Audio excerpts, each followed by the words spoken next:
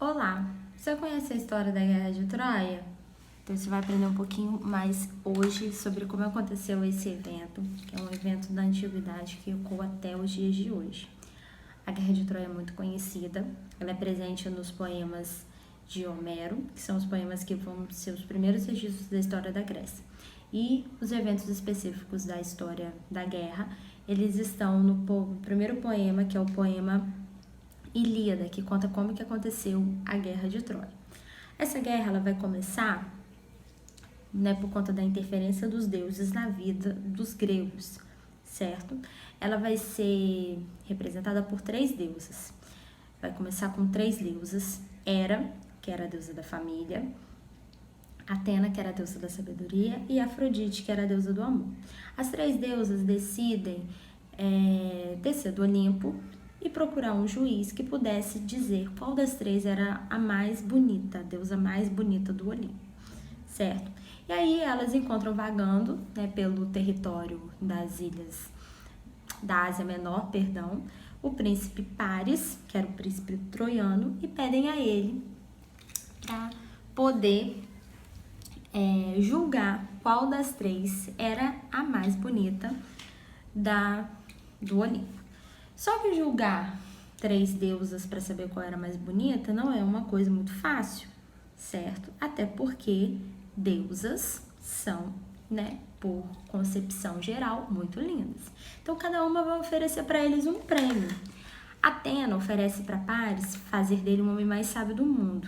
Hera oferece para Paris fazer dele o homem mais poderoso do mundo. Enquanto que Afrodite oferece a ele fazer com que a mulher mais bela do mundo se apaixone por ele. E Paris, então, tem 3 opções: sabedoria, poder ou amor. E escolhe o amor. Só que a mulher mais bonita do mundo, Helena, era casada com Menelau, um príncipe, um rei troiano. E Afrodite cumpre sua promessa, faz com que Helena se apaixone por Paris, eles fogem para Troia, porém Menelau não vai aceitar de mão beijada perder a sua esposa para um príncipe de um outro território. E aí ele convoca o seu irmão Agamenon, que era o rei mais poderoso da Grécia nesse período, e Agamenon convoca todos os outros reis da Grécia para juntarem as suas tropas e irem até Troia resgatar Helena das mãos de Paris. E aí começa uma guerra que dura 10 anos. Vão ter muitos guerreiros dentro dessa guerra, que vão aparecer: Ajax, Diomedes, o próprio Agamenon, Menelau. Mas 2 deles vão ter destaque. O primeiro vai ser Aquiles. Aquiles, que era o homem mais forte do mundo na época. Aquiles, ele era filho de uma deusa como mortal. E quando Aquiles nasceu, ele, por ser mistura de deuses com mortais, ele era um semideus. Ele tinha poderes sobrenaturais, ele tinha uma força muito grande, mas ele era um mortal. E a mãe dele, que era deusa, o que resolveu fazer? Uma poção para tornar Aquiles um ser imortal. Então ela fez um ritual de magia e banhou ele no rio da imortalidade. Para banhar ele no rio da imortalidade, ela segura ele pelo calcanhar e afunda ele no rio.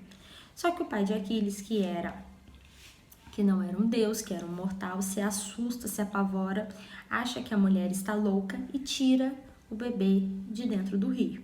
E aí Aquiles fica todo invulnerável. O corpo dele não pegava flecha, não pegava lança, não pegava nada, exceto o calcanhar, que se torna a única parte vulnerável do corpo de Aquiles.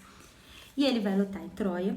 Em Troia ele se depara com outro guerreiro, que era Heitor, que era o irmão de Paris, príncipe troiano, e era ele que defendia as muralhas de Troia. As disputas entre Aquiles e Heitor vão ser épicas.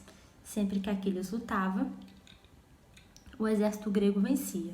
E Heitor não permitia que o exército grego ultrapassasse as muralhas de Troia, porque Troia tinha muralhas muito altas, muito poderosas, que impediam que o exército inimigo entrasse.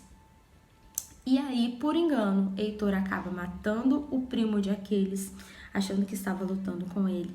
Aquiles se vinga de Heitor, mata Heitor, arrasta o corpo de Heitor por toda a praia de Troia. O pai de Heitor vai até Aquiles e pede o corpo dele, né, se humilha diante do seu inimigo, que é uma das partes mais bonitas da guerra, aonde eles fazem um acordo de paz para que o pai pudesse enterrar um filho, ainda que fossem inimigos, e a guerra dura 10 anos. E nesse período vai surgir um herói, Ulisses, que era um rei de Ítaca, Ulisses ou Odisseu. O nome dele na lenda grega é Odisseu, mas na tradução romana, né, na tradução para o latim, o nome dele se tornou Ulisses. E Ulisses era um homem que juntava a força com a inteligência. Ele acreditava que não era só a força que ganharia a guerra, que precisava também de inteligência. E aí ele vai ter a brilhante ideia de construir um cavalo enorme de madeira e oco, colocar nos portões da cidade de Troia e dizer para os troianos que os gregos haviam fugido da guerra. E é isso que eles fazem. Um belo amanhã, os troianos acordam, abrem os portões e encontram o cavalo gigante de madeira e a mensagem de que os gregos haviam fugido, né, indo embora, e desistido da guerra, que ele era um presente para os deuses troianos. Os troianos acreditam, colocam o cavalo para dentro da cidade, comemoram o dia inteiro, bebem o dia inteiro, comem o dia inteiro, festejam o dia inteiro. Porém, no final do dia, do cavalo saem vários soldados gregos que abrem o portão e fazem com que os gregos entrem em Troia e destruam toda a cidade de Troia. E aí a gente vai ter o final da guerra de Troia. Vai ser nesse período também que Paris, que começa toda a guerra, né, porque se apaixonou pela mulher do outro, ele vai matar Aquiles com uma flecha envenenada que acerta exatamente no calcanhar de Aquiles. E daí a gente tem alguns versos populares, algumas ditos populares, como por exemplo, presente de grego, que é quando você recebe um presente que você acha que é alguma coisa boa, mas que no final das contas aquilo só te faz mal, que foi no caso do cavalo. E o calcanhar de Aquiles, que foi, né, que o calcanhar que é a única parte vulnerável do corpo de Aquiles. Então, quando a gente tem um ponto fraco, a gente costuma falar que aquilo é o calcanhar de Aquiles. E essa história da Guerra de Troia tá bem resumidinha, mas é uma história fantástica, uma das histórias que eu mais gosto de contar, é uma das histórias que eu mais gosto de dar aula sobre ela. Espero que vocês gostem e a gente vai ter outras histórias, né, durante outras semanas. Beijinhos!